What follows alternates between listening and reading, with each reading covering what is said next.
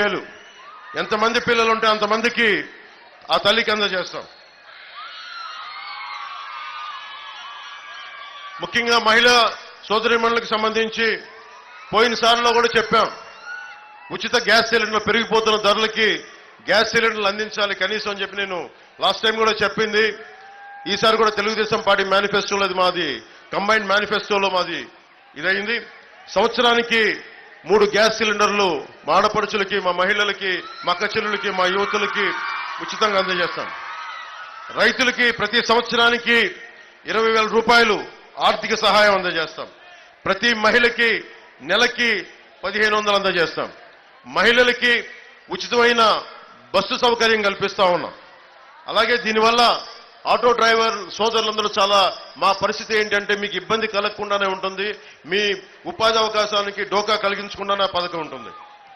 అలాగే పేదల కడుపు నింపడానికి ఒకవైపు అన్నా క్యాంటీన్లు ఎలాగో డొక్కా సీతమ్మ గారి క్యాంటీన్లు కూడా అలాగే రన్ చేస్తాం.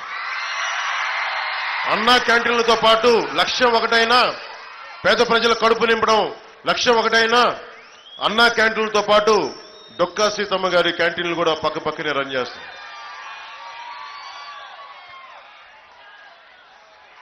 స్థానిక సంస్థల్లో జగన్ వచ్చి 34% ఉన్న బీసీ రిజర్వేషన్లని 24 చేశారు.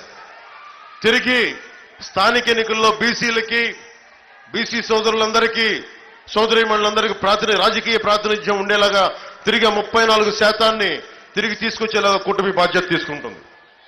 అలాగే బీసీ, ఎస్సీ, ఎస్టీ, మైనారిటీ నిధుల్ని, సబ్ ప్లాన్ ఫండ్స్ ని వాడికి అందజేస్తాం. ఎట్టి పరిస్థితుల్లో కూడా ఆ నిధుల్ని దారి మళ్లించకుండా చర్యలు తీసుకుంటాం.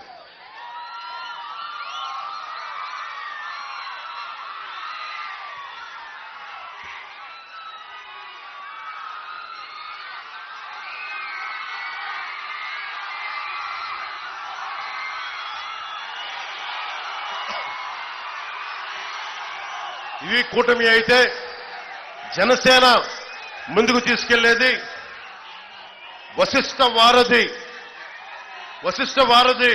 మన నర్సాపురం, సకినేటిపల్లి, మన కోనసీమ నుంచి నర్సాపూర్కి ఈ బ్రిడ్జి నిర్మించి తీరుతాం.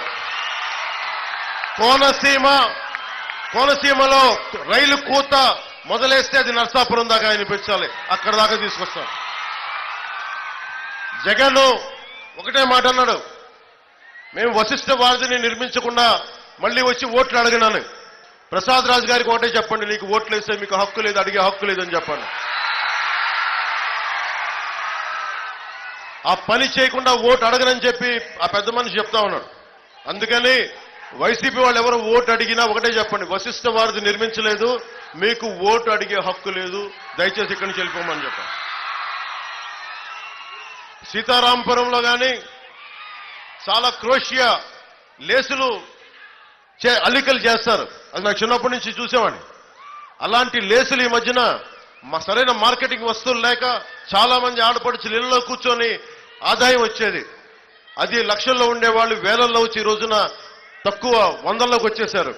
తిరిగి ఆ క్రొయేషియా లేసు అల్లికల్ని సరైన మార్కెట్ వచ్చేలాగా, ఆడబిడ్డలకి, ఆడపడుచులకి ఉపాధి అవకాశాలు ఉండేలాగా తిరిగి దానికి మార్కెటింగ్ సదుపాయాలని మనస్ఫూర్తిగా ఏర్పాటు చేస్తాం.